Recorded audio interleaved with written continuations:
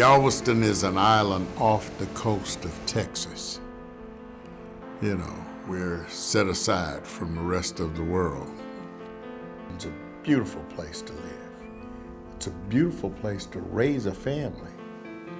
Sunshine, you know, palm trees, bikinis. You know, I mean, what could be better than living on an island? They say that islanders have salt water in our veins. So we're a breed amongst ourselves. Yeah, I'm a BOI. I got one of the biggest BOIs around, you know. It means exactly that, born on the island.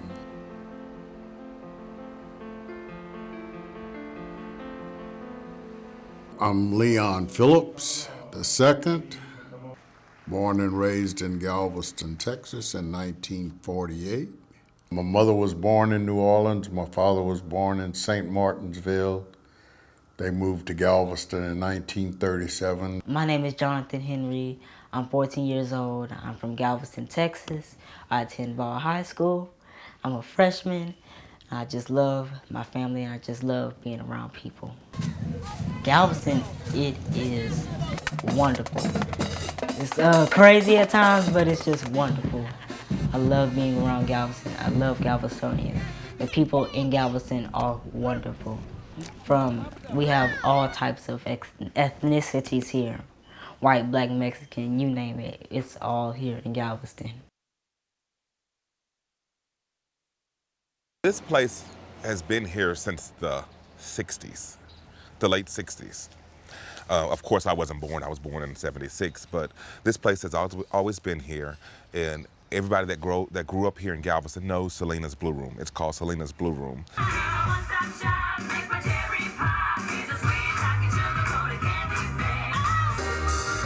know you don't want to break his heart, but that ain't no good reason to be keeping us apart. My very first drag show was here. That was over 20-some years ago. And one of the queens, one of the drag queens, her name was Miss, she goes by Stick Pen, but she had did a song called Clean Up Woman. And she said, hey girl, I need somebody to back me up. So I came out in a long robe with the broom and the little duster and stuff. And I've always wanted to be on stage, you know. That was my very first drag show. And it was here. It was here. And so after that, I got the bug. I always wanted to perform since then. The eye of Hurricane Ike is moving toward major population areas along the Gulf Coast.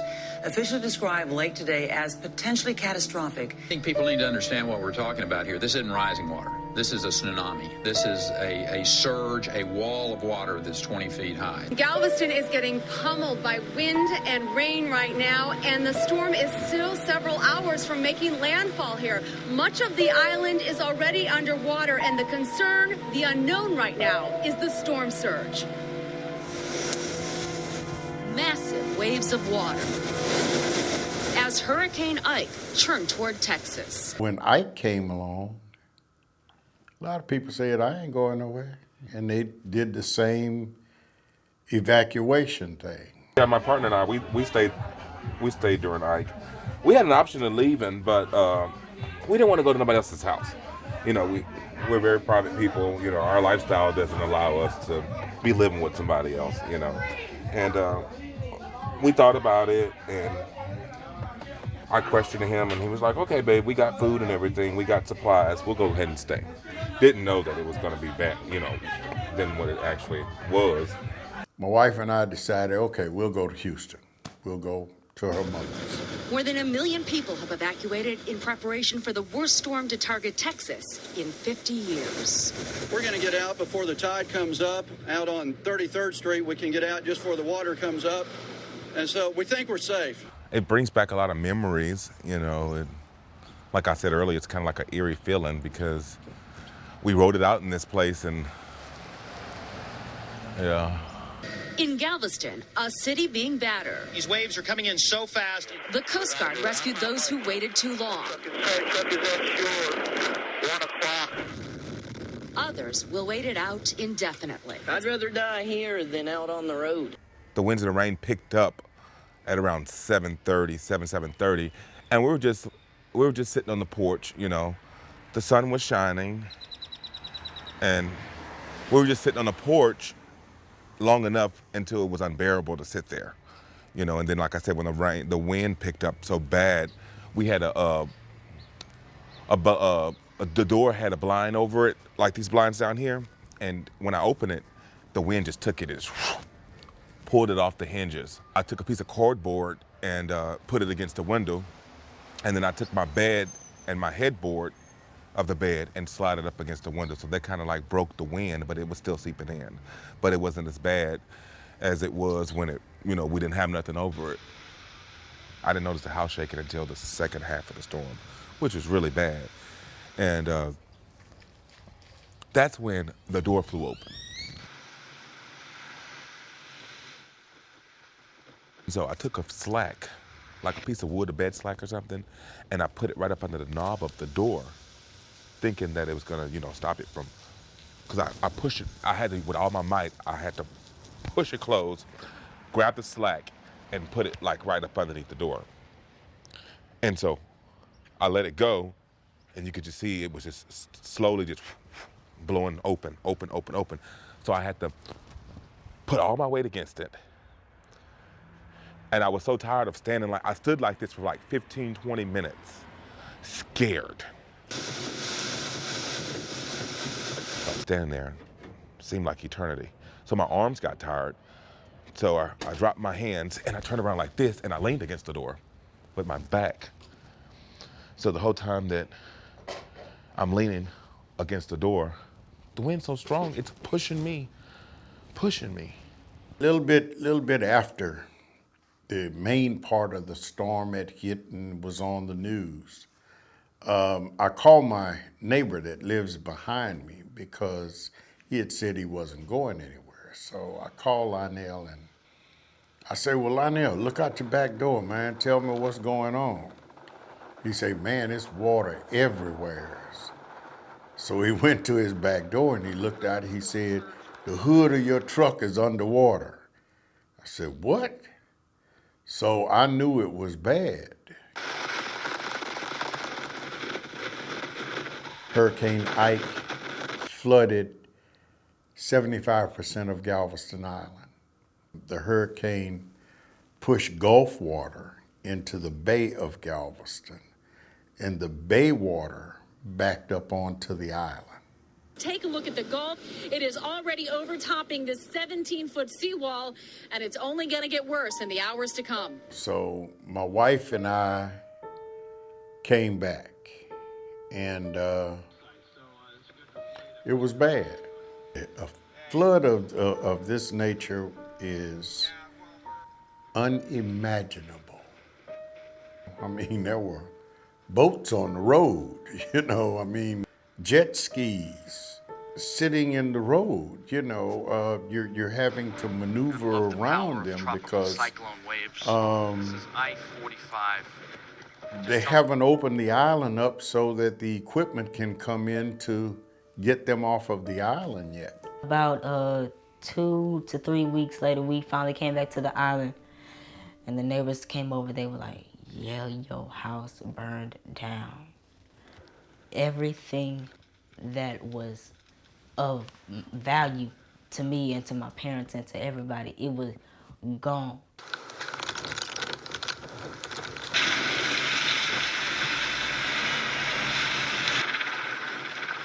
FEMA came, and FEMA was going house to house, house to house, house to house. And because they knew that a lot of people stayed. They knew that a lot of elderly people stayed.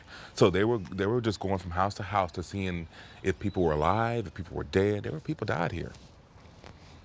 You know, people died here. They found people in their houses dead, I guess from drowning, you know. If we would have stayed down here, we would have been dead. Yeah. Then they declared martial law. 4700 Broadway is the Galveston Housing Authority. They have a huge parking lot. So the National Guard set up where they were distributing water and ice to individuals.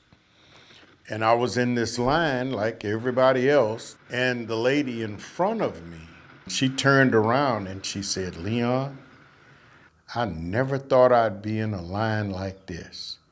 And she just broke down and started crying. We had to go to food trucks, the hospitals were closed, and everything was just shut down. But during that time, the community, we all came together to support one another, to just lift each other up. Right after the hurricane, everybody got together and they bonded, and they were asking, do you need help? Do you need somewhere to stay? And there was a bond with everybody, you know.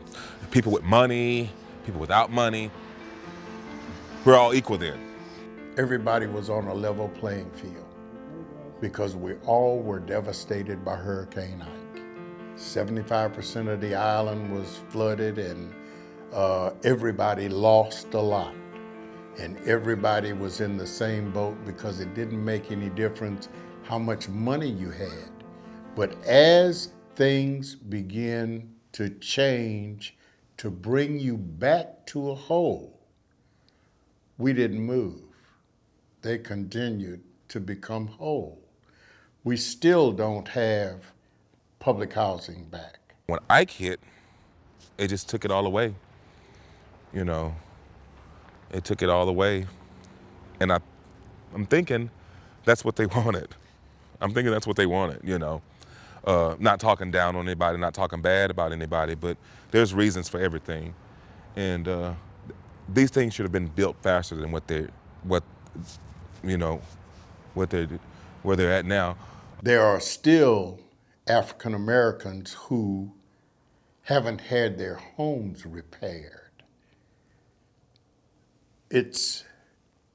They're progressing, and we're still at a standstill. We're still waiting on the federal government. African Americans and minorities are always going to feel the brunt of no matter what it is. No matter how it comes, they're always going to be the individuals who feel the brunt of it.